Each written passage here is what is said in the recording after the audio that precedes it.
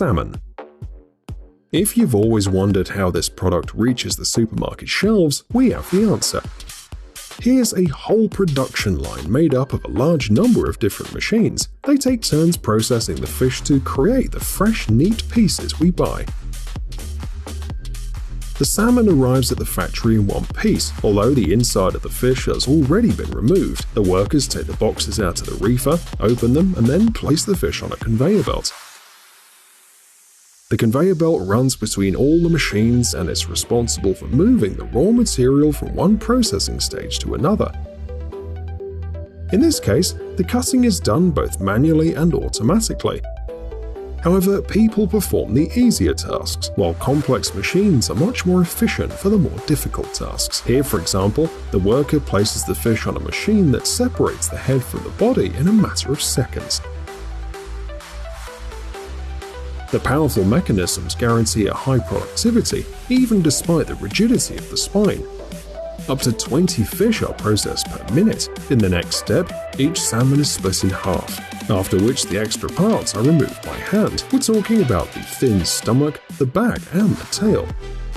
But removing pin bones from the fillets is a much more difficult job, so it's done with machines. They are also used to peel the fillets. All that's left is washing the fish. After that, the pieces are packed and sent to the store. If you wanted to cut the fillets, another step is added to the production process. This task is performed by a machine called the FlexiCut. The machine has various configuration options, and the worker can select the type of cut. In any case, the productivity is amazing. 36 fillets per minute. Interestingly, the cut is made with a powerful and thin water jet.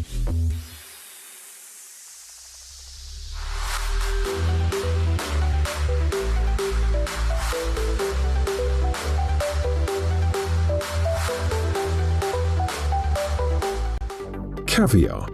To find out what equipment is used to produce caviar, we'll visit an old sturgeon farm located in Calvisano in Italy.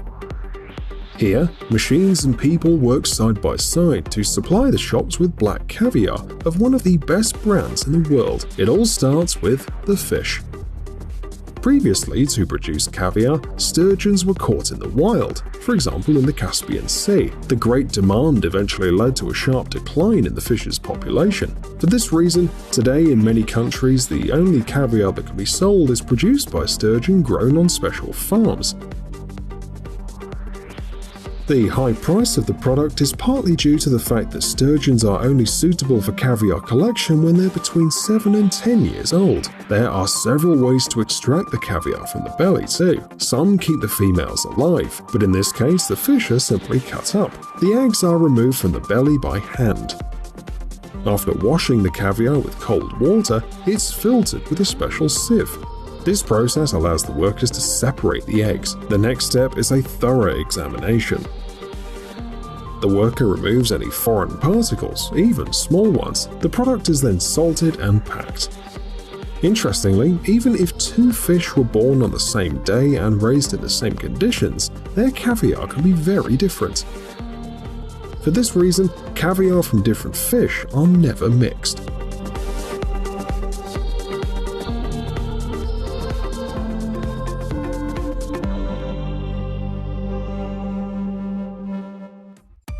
Crabs.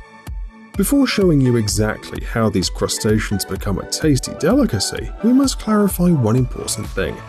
The body of the crab is not fully edible. The most delicious and popular meat is that of the legs, the claws, and the part where the legs are attached to the shell.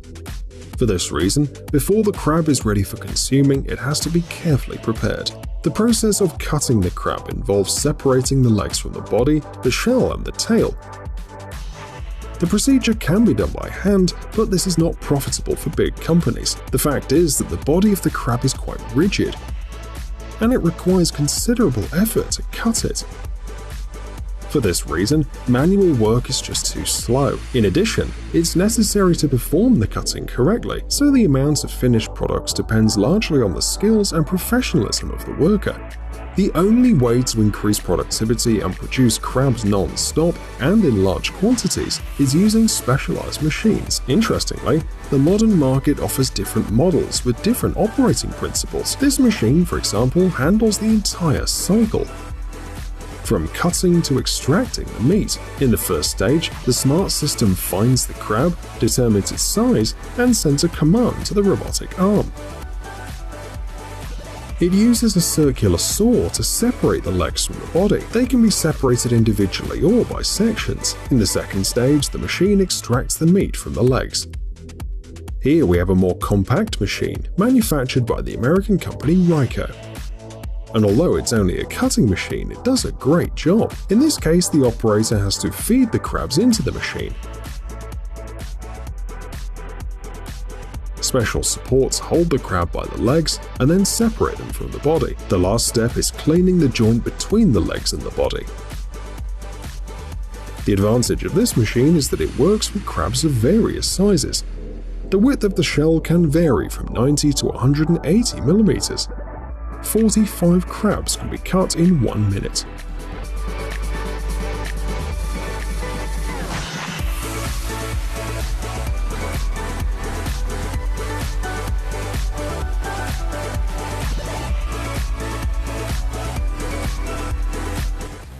Shrimp. The story here is more or less the same as with caviar. The practice of catching shrimp in the wild has been mostly abandoned. Instead, special farms are created where the growth and quality of these creatures are carefully controlled. The shrimp that has just been caught is immediately sent to the production plant in containers filled with ice. They are first cleaned in an industrial bath with water bubbles. Dirt and sand particles then settle at the bottom. The total mass is divided into batches, from which several specimens are randomly selected for microbiological analysis. If the batch is approved, it's sent to the production room. The video shows the work of the Nak Foods factory in India, where the raw material is processed mostly manually. First, the workers separate the heads from the carcasses. Then these shrimp are washed, automatically sorted according to size, and sent to the second processing stage.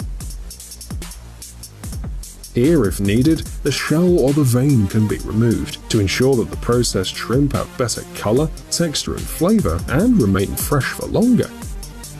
Each batch is subjected to a salt bath. From this point on, the product is frozen and packed.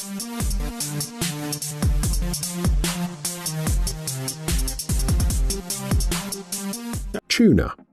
The production of canned fish is a fairly long and complex process, divided into a number of stages. Canned tuna is no exception. Almost all stages involve the use of a specialized machine. The fish fillets pass from one machine to another, gradually reaching the right condition for sale and consumption. The fish arrive at the factories frozen in a container. At first, all the fish are sorted by size, then a quality control procedure is carried out. Only then does the production of canned tuna begin. Workers separate the head and the tail from each fish. Then the body is divided into several parts. The next step is the heat treatment. Batches of fish are placed in a cooker, where they are steamed for 1 hour at a temperature of almost 100 degrees Celsius. The fish is then cut by hand. Bones and other unnecessary parts are removed.